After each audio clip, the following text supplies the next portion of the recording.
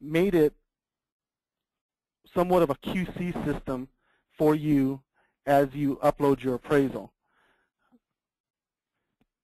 And what we're going to do in this section, this is a real brief section, and we're going to explain what the requirements are, how to fill out the fields, and again, this is to increase the overall productivity to our clients, as we can take your information and automatically shoot it to HUD system without any retyping.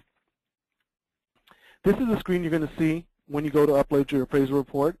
It basically is going to prompt you to the data entry screen, and the data entry screen is just a reiteration of what you've already entered in your report, and it's outlined here. Most of this information can be entered, or actually all this information, if it's fresh in your mind, you can enter it within 5 minutes and with little effort at all. Given that this is a HUD developed form, there's some items here that need to be explained further, so I'm going to go over them now. The case number on the top is always going to be the FHA case number. The certification number is not necessary. The phone number would be your contact phone number and your email address. The assigned date would be the date it was assigned to you. The ordered and received date, you can put the same date for those two items. There's an as is, and you'll note there's an as or a repaired value here. Now, as we went over before, HUD does not even require a repaired value. What you should be putting here, just reiterate the as is value. The neighborhood pricing, that's a kind of odd verbiage there also, but what they're looking for is the predominant price that you noted in your report. All these other items are pretty much self-explanatory. The construction key at the top of the page, basically you want to know if it's an existing structure, a proposed structure, or one that's under construction. The average age, again, we don't provide an average age in our appraisal report. What we should be noting here is your predominant age. And like I said, everything else here is pretty much self-explanatory. Going to move on to the next page. These are all just general fields that are contained in your report. We ask that you do take, again, like I said, a few minutes and make sure these items match what you already noted in your report.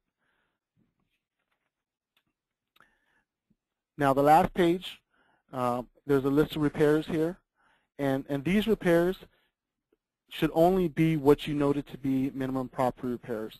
They don't want to know what your cosmetic repairs were. They want to know what the list of repairs that you noted in your appraisal report and their cost to cure.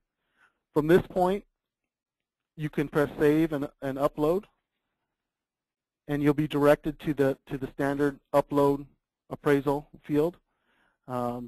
We have to insist that, again, you take your time and accurately complete those fields. If we can continually have to go back and change fields, your overall volume of work may be adjusted, given that it takes us more time to review and edit your data. And we're at the end of our course now, so I'm going to stop one last time to see if you guys have any questions.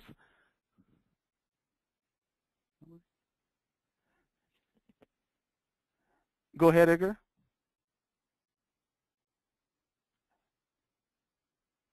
Go to Dwight. Dwight, did you have a question? No more?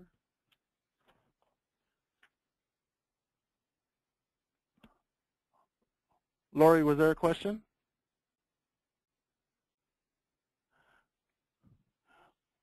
Okay, well, I think we're pretty much set. I'm going to also give you, actually, now James is asking the question on prior sales info. Do you want the date the property was foreclosed upon? That would have been a transaction. So yes, you definitely want to note the transaction date, and you can note the transaction amount. In your analysis of the sales history, you can note that the prior transaction amount was a foreclosure value. So that would be enough analysis for the report. Let's see what else we have.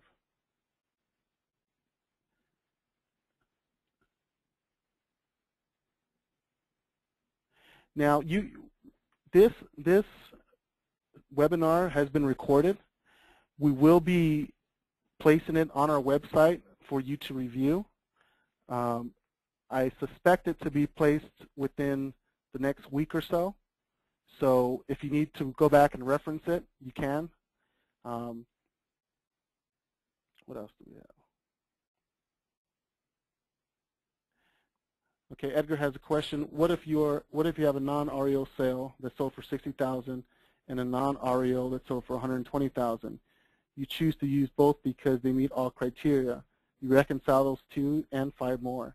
I still get questions as to why I chose to use both REO and non-REO sales. Now, Edgar, you should really only be using REO sales when you have determined the property to be located within an REO market. Often, REO sales will meet the criteria. However, they do not make sense in the report if you are not dealing with an REO market.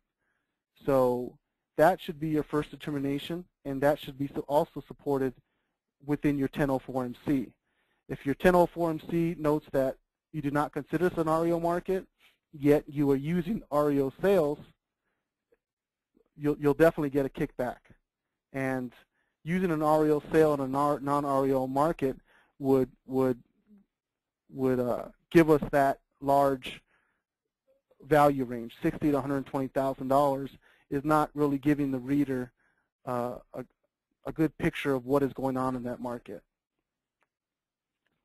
So now, if you have any further questions that weren't addressed today, I'm going to give you some numbers that you can contact. You can always email me. My email address is A as in Anthony, Z as in zebra, A as in Anthony, Z as in zebra, U as in umbrella, E as in Edward, T as in Tony, A as in Anthony,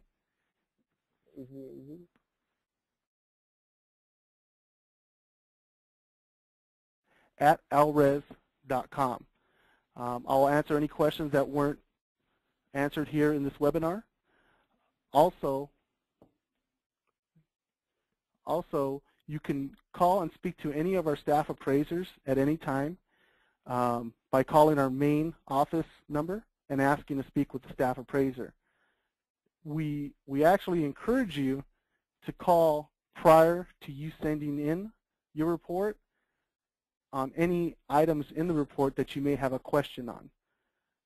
If you have a question in regards to the order itself before you've done any work on it, you want to contact the associate's name that is on the order sheet.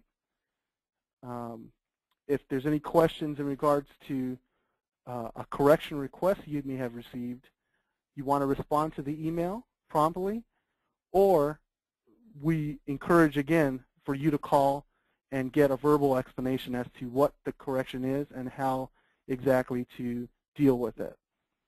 So lastly, again, I would like to thank you all for joining us tonight, and have a nice night.